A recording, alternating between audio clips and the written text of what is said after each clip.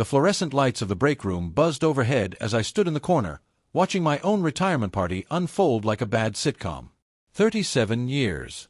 37 years I'd given to Morrison and Associates, and this was what I got: stale sheet cake from Costco and exactly 14 people who bothered to show up. "Hey, Richard," someone called out. I turned to see Kevin from accounting, already halfway out the door. "Good luck with everything, man. Enjoy Florida or whatever." I hadn't told anyone I was moving to Florida. I wasn't moving to Florida. "Thanks, Kevin," I said, but he was already gone. I looked down at the paper plate in my hands, at the slice of cake with its smeared blue frosting that read, "Happy Retirement," in shaky letters. They couldn't even spell it right. I set it down on the plastic table, next to the cards that people had signed without reading, their signatures quick scratches of obligation. My boss, Gregory Walsh, stood by the coffee machine, laughing too loud at something one of the junior associates said. He was 42, had been with the company for 8 years, and had been my supervisor for the last 3. In all that time, I don't think he'd ever looked me in the eye for more than 5 seconds. The truth was simple. I was a janitor. Not a custodial engineer, not a facilities maintenance specialist, just a janitor. I cleaned the toilets that men like Gregory used without a second thought. I emptied the trash bins filled with their discarded dreams and half-eaten lunches. I mopped the floors they walked across in their $2,000 shoes. And I was invisible. All right, everyone." Gregory clapped his hands, and the scattered conversations died down. All 14 people turned to face him. "I know we're all busy, so let's make this quick. Richard here is retiring after— How long has it been, Richard?" 37 years, I said quietly. 37 years. Wow, that's a long time. He said it the way you'd say, "Wow, that's a lot of mold," when inspecting a basement. "Richard's been part of the furniture around here, literally." A few people chuckled awkwardly. "He's seen this place grow from a small firm to what we are today. And while most of us won't remember his name." My chest tightened. "We'll definitely remember how clean he kept our floors." More laughter, louder this time. Gregory grinned, pleased with himself. "But seriously, Richard, you'll be forgotten by Monday. That's just how it is, right? We all move on. So, good luck out there and thanks for, everything you did." The room fell into an uncomfortable silence.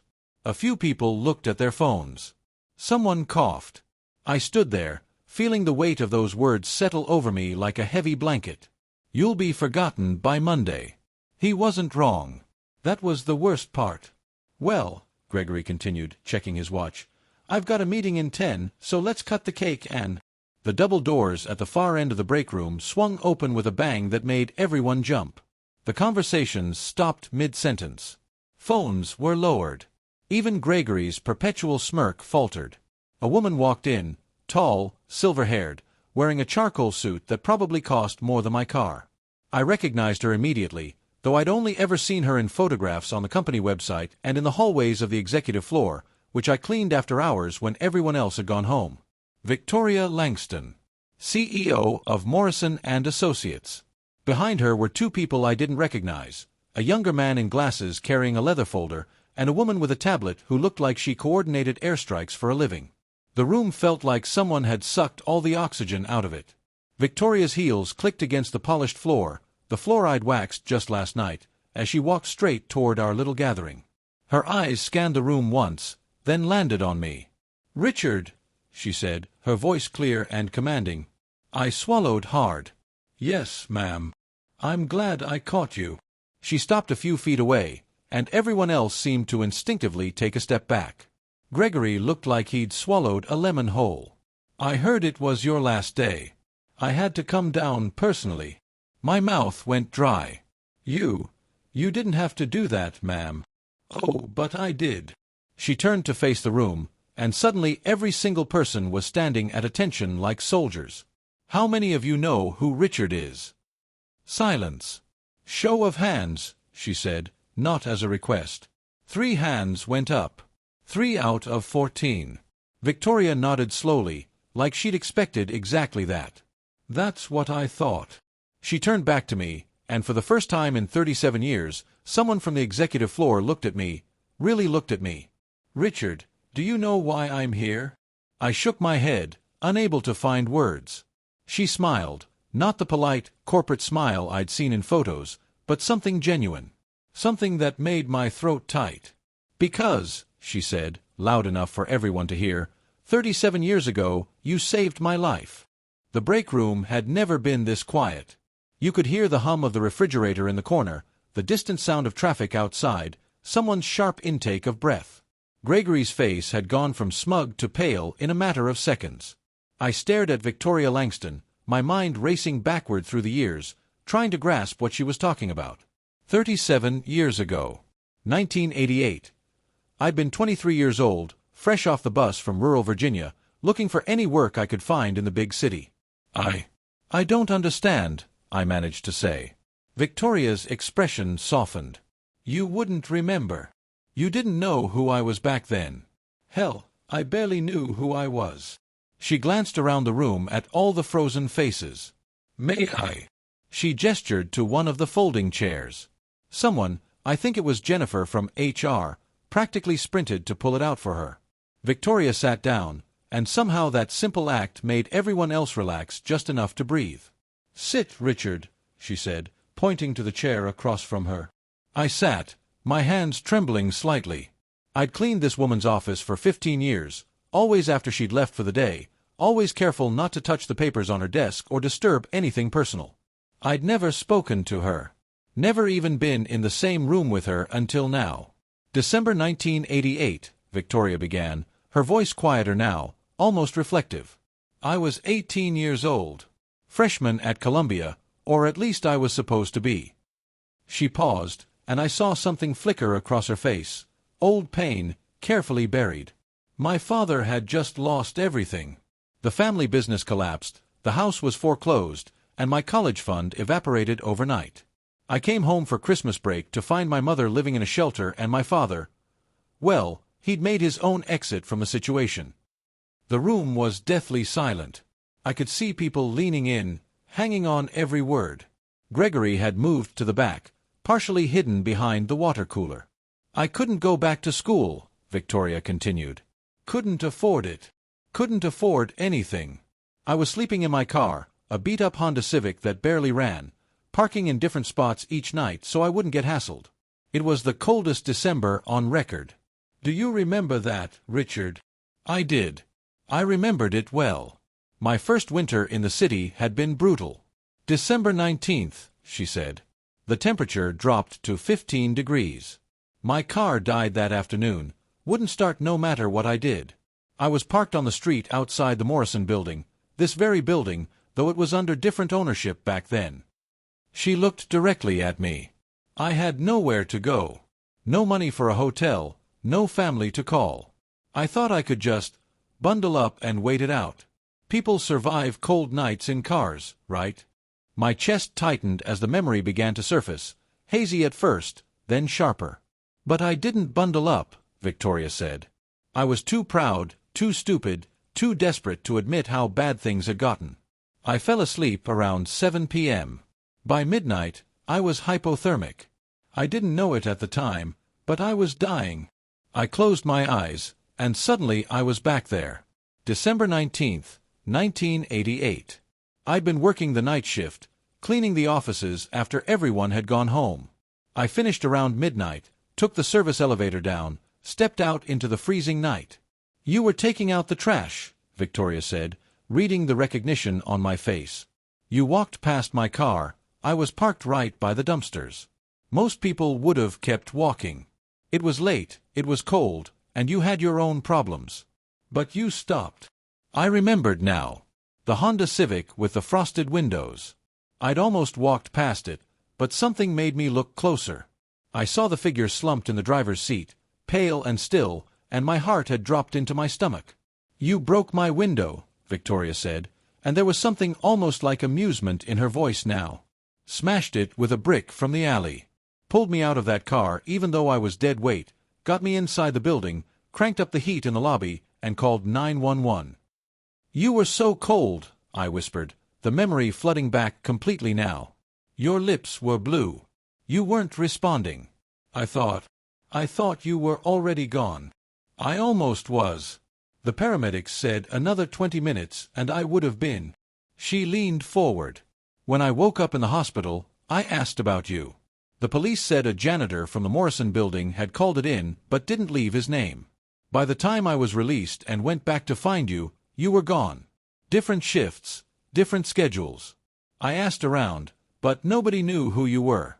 Nobody had paid attention. My throat felt tight. I didn't do it for recognition. I saw someone who needed help. I know, Victoria said softly. That's exactly why it mattered so much. She stood up, and instinctively, everyone in the room stood straighter. That night changed my life, Richard. Not just because you saved it, but because of what happened after. The hospital social worker helped me get into a shelter program, then transitional housing. I got a job, started taking night classes. It took me 8 years to finish my degree, but I did it. Another 5 to get my MBA. I clawed my way up from nothing, and I did it because someone I'd never met cared enough to break a car window in the freezing cold. She turned to address the room, and her voice took on that commanding edge again. I joined Morrison & Associates 12 years ago as a junior analyst. I made partner in 5 years. I became CEO 3 years ago. And in all that time, do you know what I've been doing? No one answered. No one dared. I've been looking for Richard, she said. I've been looking for the man who saved my life. I went through old employment records, talked to building management, tried to track down anyone who worked here in 1988. Most people had moved on. Records were incomplete. But then, 6 months ago, my assistant was reviewing employee files for the company anniversary project. She nodded to the woman with the tablet. And we found you. Richard Morrison. Been here 37 years. Started December 1988. Night shift janitor. I felt dizzy. Morrison. My last name was Morrison, same as the building, same as the company. I'd never thought twice about it. It was a common enough name. I couldn't believe it, Victoria continued. All this time, you'd been here. Right under my nose. Cleaning my office while I worked late, taking care of this building the same way you took care of a freezing teenager in a broken-down car. She pulled something from her jacket pocket, an envelope, thick and official-looking. So here's what's going to happen, Richard. You're not retiring. Not yet. She handed me the envelope. My hands shook as I opened it. Inside was a letter on company letterhead, and the numbers I saw made my vision blur. Effective immediately, Victoria said, her voice ringing clear. You're being appointed as Director of Facilities and Special Operations, with a full benefits package, executive compensation, and a retroactive bonus covering the difference between what you've been paid and what you should have been paid for the last 37 years. I couldn't breathe. The number on the paper had 6 figures. The salary listed had 5. You'll also be receiving company stock options, full medical coverage for life, and a seat on our employee advisory board. She smiled at my shocked expression. You saved my life, Richard. The least I can do is make sure the rest of yours is a little easier. The room erupted. Not in applause, not yet, but in shocked murmurs and gasps. I saw Gregory in the back, his face the color of old newspaper. Jennifer from HR looked like she might cry. The junior associates were staring at their phones, probably already texting everyone they knew. I looked down at the letter again, then back up at Victoria. I don't know what to say. Say you'll accept, she said. Say you'll stay and help me build something here. I want every person in this company to know your name. I want them to understand that what you do matters. That you matter. She glanced meaningfully around the room. Because if a janitor can save a CEO's life, then maybe we need to rethink how we value people around here. The silence that followed was heavy with implication. Gregory had disappeared entirely. I noticed he wasn't the only one. I stood up slowly, still clutching the envelope. I accept, I said, my voice stronger than I expected. I accept, Ms. Langston. Victoria, she corrected with a warm smile. Please, call me Victoria. Then, finally, the applause started. Slow at first, then building. The woman with the tablet was clapping. The man with the folder was clapping. Even the people who'd barely acknowledged my existence 5 minutes ago were clapping, though some looked more uncomfortable than celebratory. Victoria extended her hand, and I shook it. Her grip was firm, confident. "Welcome to the executive team, Richard," she said. "We have a lot of work to do." As the applause continued, I caught sight of my reflection in the break room window, a 60-year-old man in a janitor's uniform, holding an envelope that had just changed his entire life. Behind me, I could see the faces of people who'd looked through me for decades, now forced to see me clearly. And somewhere in the back of my mind, I heard Gregory's words echoing, "You'll be forgotten by Monday." I smiled. Not if I had anything to say about it. The week that followed felt like I'd stepped into someone else's life. Monday morning, I arrived at Morrison & Associates at 5 a.m., just like I had for 37 years. Muscle memory guided me to the service entrance, my hand reaching for the worn time card that had my name misspelled as Richard Morrison for the past decade. But the card wasn't there. Instead, there was a security guard I'd never seen before, young guy, couldn't be more than 25, standing at attention. "Mr. Morrison," he said, nodding respectfully. "They're expecting you at the main entrance. Your new access credentials are waiting at the front desk." Mr. Morrison. Not Richard. Not, "Hey, you." I walked around to the front of the building, the morning sun just starting to peek over the skyline. The marble steps I'd scrubbed countless times gleamed under my feet. The brass doors I'd polished every Thursday reflected a version of myself I barely recognized. Older, tired, but standing straighter somehow. Inside, the lobby was mostly empty. The security desk was staffed by Tom, who'd worked here almost as long as I had. We'd shared coffee on countless night shifts, talked about our kids, our wives, our dreams of retirement that always seemed just out of reach. Tom stood up when he saw me, and the look on his face was complicated. Surprise, confusion, something that might have been pride. "Richard," he said carefully, "I heard about... they told us that you're..." He trailed off, unsure how to finish. "Still getting used to it myself, Tom," I said honestly. He handed me a manila envelope with my name printed on a label, spelled correctly this time. Inside was a new ID badge with Richard Morrison, Director of Facilities and Special Operations, embossed in gold letters. There was also a key card, a parking pass for the executive garage, and a handwritten note on Victoria's personal stationery. 4th floor, corner office. "See you at 9 a.m. I took the elevator up, not the service elevator I'd used for decades, but the main elevator with its polished mirrors and soft music.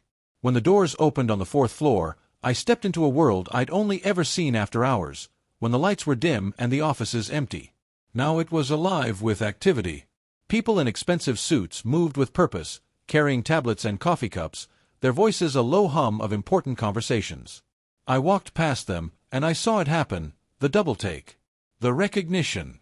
The whispers. My office was at the end of the hall, and when I opened the door, I had to steady myself against the frame. It was bigger than my entire first apartment had been. Floor-to-ceiling windows overlooked the city.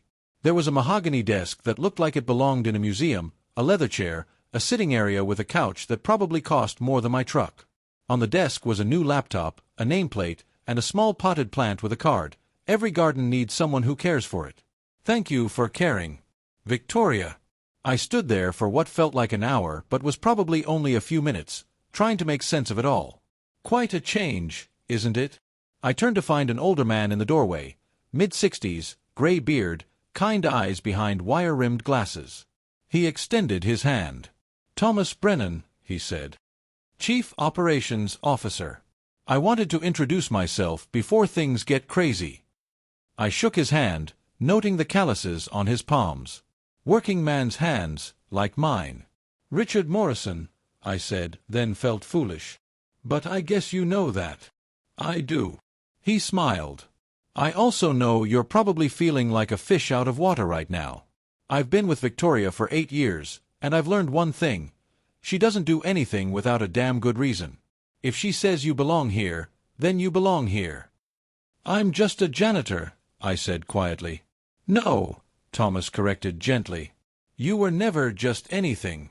You kept this entire building running while the rest of us took the credit. That ends now." He gestured to the office. "Victoria wants you in the 9 a.m. leadership meeting. Fair warning, it's going to be interesting. Not everyone is thrilled about the changes." I thought of Gregory Walsh and his smirk, of all the people who'd looked through me like I was furniture. "I can imagine," I said. Thomas clapped me on the shoulder. "You saved the CEO's life, Richard. You've got more moral authority in this building than anyone else. Don't forget that." He left, and I sat down in my new chair, and looked out at the city I'd called home for 37 years. From this height, everything looked different. Smaller. Clearer. My phone buzzed. Not my old flip phone, but the new smartphone that had been waiting on my desk. A message from Victoria. Ready to change some lives? The conference room on the executive floor was enormous. A long table that could seat 30 people, surrounded by glass walls that made me feel like I was in a fishbowl. When I walked in at 8:55 a.m., the room was already half full. Victoria sat at the head of the table, Thomas to her right. The chairs filled with people I recognized but had never formally met, department heads, senior partners, the faces I'd seen in company photos on the walls I'd dusted. And there, halfway down the table, was Gregory Walsh. He looked smaller somehow, his expensive suit unable to hide the tension in his shoulders. When our eyes met, he looked away quickly. "Richard," Victoria said warmly, gesturing to the empty chair on her left. "Please, join us." I walked the length of that table feeling every eye on me, hearing the whispers that people weren't bothering to hide. I sat down, and the chair was comfortable, ergonomic, expensive, the kind of chair that said you mattered. "Now that we're all here," Victoria began, her voice cutting through the murmurs, "let's begin. As most of you have heard by now, we've made some organizational changes. Richard Morrison has been promoted to Director of Facilities and Special Operations, effective immediately." A hand went up. It was a woman I didn't know, sharp features, severe haircut, the kind of person who'd probably never smiled in her life. "Yes, Patricia," Victoria said. "With all due respect," Patricia said in a tone that suggested no respect at all, "what qualifies a custodial worker for an executive position? We have protocols, procedures. This is highly irregular." The room tensed. I felt my face grow hot, but before I could speak, Victoria leaned forward. "What qualifies him," she said coldly, "is 37 years of keeping this company running while people like you walked over his work without a second thought. What qualifies him is the fact that he understands this building and its operations better than anyone else in this room. And what qualifies him is that he saved my life when he had absolutely nothing to gain from it." She paused, letting the words sink in. "Are there any other questions about his qualifications?" Silence. "Good." Victoria opened a folder in front of her. "Richard, I want you to conduct a full assessment of our facilities operations, staffing, and employee treatment protocols. I want recommendations on my desk in 30 days. I swallowed hard. "Yes, ma'am." "Victoria, I also want you to identify any employees in similar positions who've been overlooked or undervalued. We're going to do a comprehensive review of compensation and recognition programs." She looked around the table. This company was built on the backs of people who never got credit for their work. That changes now. Gregory shifted uncomfortably in his seat. I saw him glance at the door, probably calculating his escape route. "Gregory," Victoria said, and her voice could have frozen water. "I understand you were Richard's direct supervisor." "Yes, that's correct," Gregory said, trying to sound confident but failing. "And you organized his retirement party last week?" "I did, yes." "Tell me, what did you say during your speech?" The room got very quiet.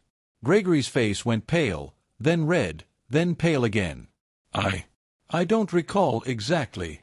"Let me refresh your memory," Victoria interrupted. She pulled out her phone and tapped the screen. Suddenly, Gregory's voice filled the room. "Richard, you'll be forgotten by Monday." That's just how it is, right? Someone had recorded it. Probably Jennifer from HR, who I noticed was studiously avoiding eye contact with Gregory. "Would you like to revise your approach to employee relations?"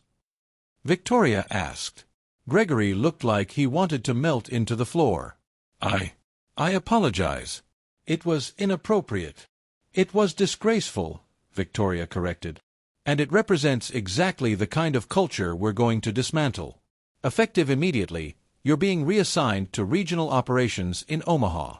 I believe the change of scenery will be good for your personal development. Omaha. I'd heard the Omaha office was where careers went to die. Gregory's mouth opened, then closed. He nodded stiffly. Yes, ma'am. You're dismissed, Victoria said. Human Resources will be in touch regarding your transition. Gregory stood, gathered his things, and walked out of the conference room. He didn't look at me. Didn't look at anyone. The door closed behind him with a soft click that sounded like thunder. Victoria turned to me. Richard, you have the floor. Tell us what you need to be successful. I looked around the table at all these powerful people, these executives who made decisions that affected thousands of lives. A week ago, I would have been emptying their trash cans. Now I was one of them. I thought about Tom at the security desk, about Maria who cleaned the executive bathrooms, about young Carlos who worked the night shift and was putting himself through college. I thought about all the invisible people who kept this building running. I need access to all employee records, I said, my voice steadier than I felt. I need to meet with every member of the facility's staff personally. And I need authority to make immediate changes where I see problems. Victoria smiled. Done. What else? I need people to understand that this isn't just about me, I continued. It's about changing how we value everyone who works here. From the CEO to the person who cleans your office at night. We're all part of the same team. Thomas Brennan started clapping. Then Victoria joined in. Then, slowly, the rest of the room followed. Some looked genuine. Others looked terrified. But they all clapped. As the meeting continued and we moved through the agenda, I caught my reflection in the glass wall, a 60-year-old man in a borrowed suit, sitting at a table where he'd never imagined he'd belong. Gregory's words echoed in my mind one more time, "You'll be forgotten by Monday." I looked around the table at all these people who would never forget my name again, whether they wanted to or not. Not bad for a Tuesday. 3 weeks after that conference room meeting, I stood in the basement of Morrison & Associates at 11 p.m., watching Carlos sanitize the floor of the executive bathroom with the same careful attention to detail I'd taught myself decades ago. He didn't know I was there.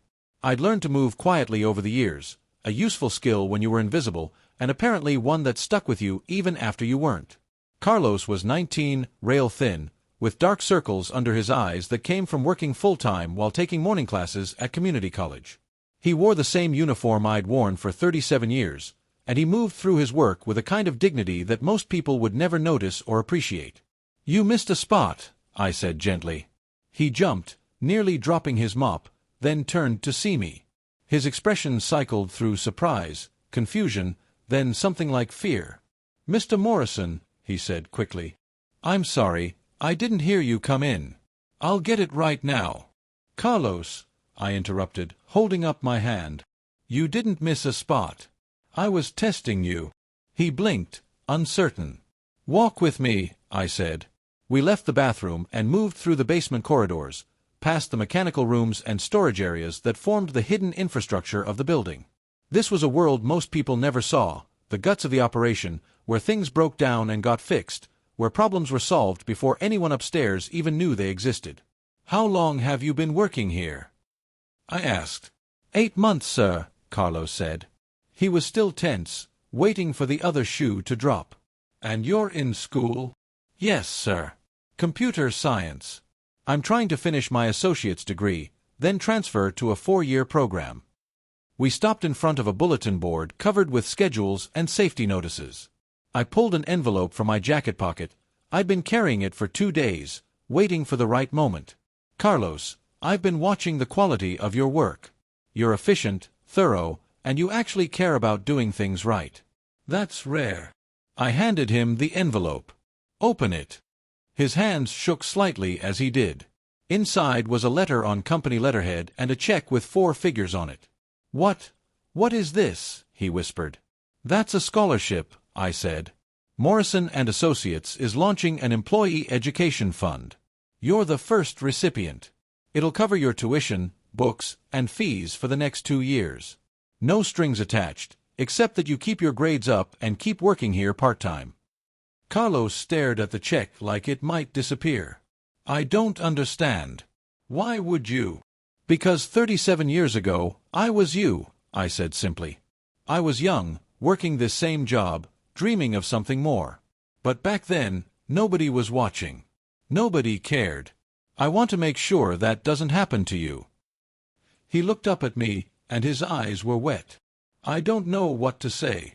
Say you'll make it count, I told him. Say you'll remember this feeling when you're sitting in a fancy office someday, and some kid like you is emptying your trash can. Say you'll see them. I will, he said, his voice thick. I promise, Mr. Morrison. I will. I clapped him on the shoulder. Get back to work. And Carlos, you don't have to call me, sir. Richard is fine. The next morning, I had breakfast with Victoria in her office, something that had become a weekly ritual. She'd insisted on it after the first week, saying she wanted to make sure I wasn't drowning in my new role. You're creating quite a stir, she said, pouring coffee from an elegant carafe that probably cost more than Carlos's monthly rent. The scholarship fund has people talking.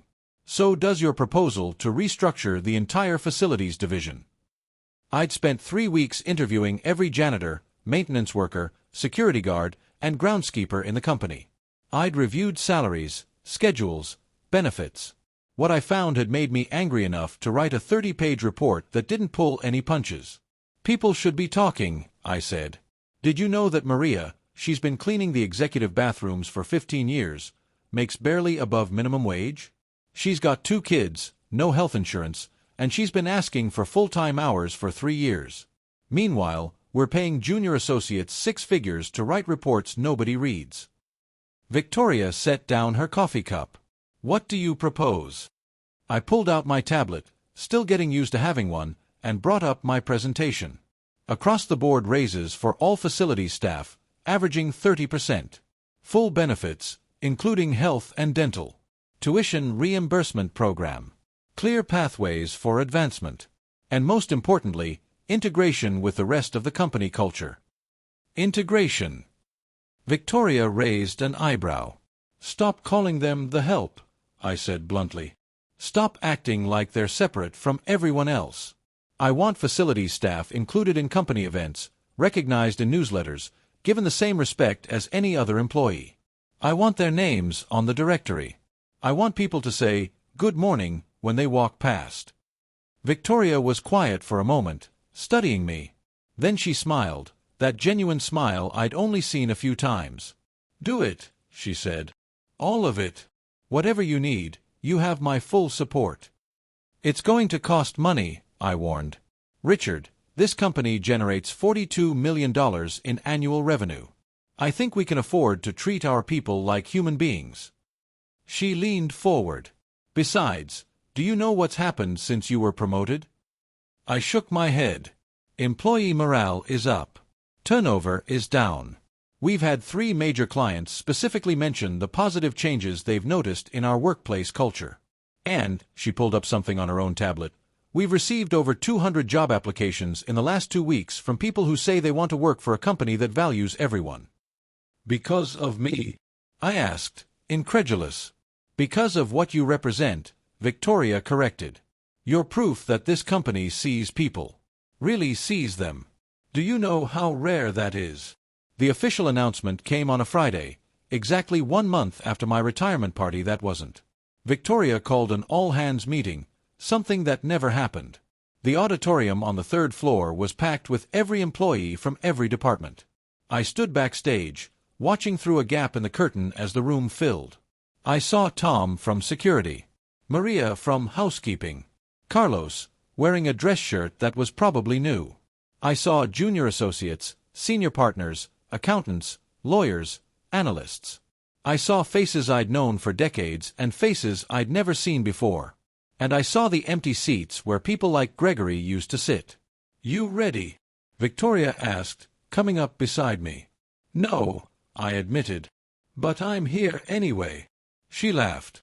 That's the spirit. Come on. We've got history to make. We walked out onto the stage together, and the murmur of conversation died instantly. Victoria approached the microphone with the confidence of someone who'd done this 1,000 times. I stood slightly behind her, trying not to look as terrified as I felt. "Thank you all for coming," Victoria began. "I know this is unusual, pulling everyone away from their work on a Friday afternoon. But what we're announcing today is too important to send in an email." She clicked a button, and the screen behind us lit up with the company logo. "1 month ago, many of you learned something about me that I'd never shared publicly, that I'm only alive today because of the actions of one man." She glanced back at me. "Richard Morrison saved my life 37 years ago when he had no idea who I was and nothing to gain from helping. That act of basic human decency changed the trajectory of my entire existence." The room was silent, hanging on every word. "It also made me realize something uncomfortable," Victoria continued. "I'd built a career. I'd climbed the ladder. I'd become successful. But in doing so, I'd stopped seeing the people who made that success possible. I'd stopped noticing the man who cleaned my office, the woman who brought me coffee, the security guard who made sure I got to my car safely. I'd become blind." She paused, letting that sink in. "So today, I'm announcing the Morrison Initiative, a comprehensive program named after the man who taught me that everyone matters, not just the people with titles." The screen changed, showing a list of bullet points. I felt my throat get tight as I read them. Living wage guarantee for all employees. Full benefits regardless of position. Educational support and advancement programs. Cultural integration and recognition protocols. Anonymous feedback systems with real accountability. Profit sharing for all employees after 1 year. "Effective immediately," Victoria said, "every person who works for Morrison & Associates will be treated with the same dignity and respect, regardless of their role. Because a company is only as strong as the people who keep it running, and that includes everyone from the CEO to the person who takes out the trash." The applause started slowly, then built. I saw Maria crying. Carlos was grinning like he'd won the lottery. Tom gave me a thumbs up from the back. "Richard," Victoria said, turning to me and extending her hand toward the microphone, "would you like to say a few words?" My heart hammered in my chest. A month ago, I'd been invisible. Now I was standing on a stage in front of 400 people who were all looking directly at me. I stepped up to the microphone. "I'm not good at speeches," I started, and there was some gentle laughter. "For 37 years, I did my job and went home. I didn't expect recognition. I didn't expect thanks. I just wanted to do good work and take care of my family." I looked out at the sea of faces. But somewhere along the way, I started to believe what other people thought about me, that I was just the janitor. Just the guy who cleaned up after everyone else. Just invisible. My voice cracked slightly. And the truth is, I was invisible. Not because I wasn't there, but because people chose not to see me. I saw nods throughout the audience. People who understood exactly what I was talking about. "I'm standing here today because someone saw me when it mattered," I continued. "Because Victoria remembered that the person emptying your trash can is someone's father, someone's husband, someone with dreams and struggles and value. And now I get to help make sure that nobody else in this company ever feels invisible again." The applause was louder now, more genuine. So if you take nothing else from today, take this, look around. See the people who make your life easier. Learn their names. Say thank you. Recognize that we're all just trying to make it through this world with some dignity intact. I smiled. And maybe, if you're lucky, you'll save someone's life without even knowing it. Because that's what happens when we actually see each other. The applause became a standing ovation. It rolled through the room like a wave, and I stood there feeling overwhelmed and humbled and more seen than I'd ever been in my entire life. Victoria joined me at the microphone. "One more announcement," she said. "Richard has requested that we create a recognition wall in the main lobby, featuring photos and names of every employee who's been with the company for over 10 years. Because tenure matters. Dedication matters. People matter." She looked at me. "I believe someone else requested that we correct a mistake that's been overlooked for a long time." I nodded and pulled out a small box from my pocket. Inside was a brass nameplate, polished to a shine. I handed it to Tom, who'd come up to the stage. "This is for the security desk," I said. It's got your name on it. Your actual name, with Head of Security underneath. Because that's what you are, Tom. Not just the security guy. You're the first person people see when they walk in here, and you deserve recognition for that. Tom looked at the nameplate, then at me. His eyes were wet, but he was smiling. Thank you, Richard. Thank you, I said, for 37 years of coffee and conversation. For treating me like a person when other people didn't. That mattered more than you know. 6 months later, I stood in my office on a quiet Sunday afternoon, looking out at the city as the sun set behind the buildings. The view never got old. My phone buzzed, a text from my daughter, who I'd been able to visit twice in the last 6 months thanks to my new salary. She was proud of me, she said. Her dad, the executive. She'd been telling everyone. There was also an email from Carlos. He'd just finished his first semester with straight A's and wanted to thank me again. He'd attached a photo of himself with his computer science textbook, grinning like his face might split in half. I smiled, saved the photo, and added it to the growing folder on my desktop labeled Reasons This Matters. A knock on my door pulled me from my thoughts. Victoria stood in the doorway, holding 2 cups of coffee. Thought you might be here, she said, walking in. You work too much, you know. Says the CEO who's here on a Sunday, I countered. Fair point. She handed me a cup and sat down on the couch. I wanted to show you something. She pulled out her tablet and opened a news article. The headline read, Morrison & Associates ranked top workplace in employee satisfaction. Revolutionary culture shift sets new industry standard. We're getting attention, Victoria said. Good attention. Other companies are starting to ask questions about our model. Some think we're crazy. Others want to know how they can implement similar programs. What do you tell them? I asked. I tell them it starts with seeing people, she said simply. Everything else flows from that. We sat in comfortable silence for a moment, drinking our coffee and watching the city lights flicker to life. You know, Victoria said quietly, I think about that night a lot. December 19th, 1988. I think about how close I came to freezing to death in that car. How close I came to never having any of this. She gestured around. And I think about the fact that you didn't have to stop. You could have walked right past. Most people would have. I couldn't live with myself if I had, I said honestly. That's exactly my point. She looked at me. You couldn't walk past someone in need because that's not who you are. And that's why all of this, she gestured broadly, encompassing the office, the company, everything, that's why it works. Because it's not a program or an initiative. It's just you being who you've always been, except now people are paying attention. I was invisible for a long time, I said. I'm still getting used to being seen. You were never invisible, Richard. People just weren't looking. She stood up, preparing to leave. But they're looking now. And what they see is going to change a lot of lives. After she left, I stayed in my office for a while longer, thinking about everything that had changed and everything that hadn't. I was still the same person who'd emptied trash cans and mopped floors. I still knew how to fix a leaky faucet and unclog a drain.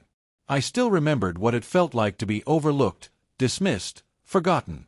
But now I had a platform. Now I had power. And I was going to use both to make sure that what happened to me, both the invisibility and the recognition, could happen for others. My phone buzzed again. A message in the company-wide chat from Maria. Just wanted to say good night to everyone. See you all Monday.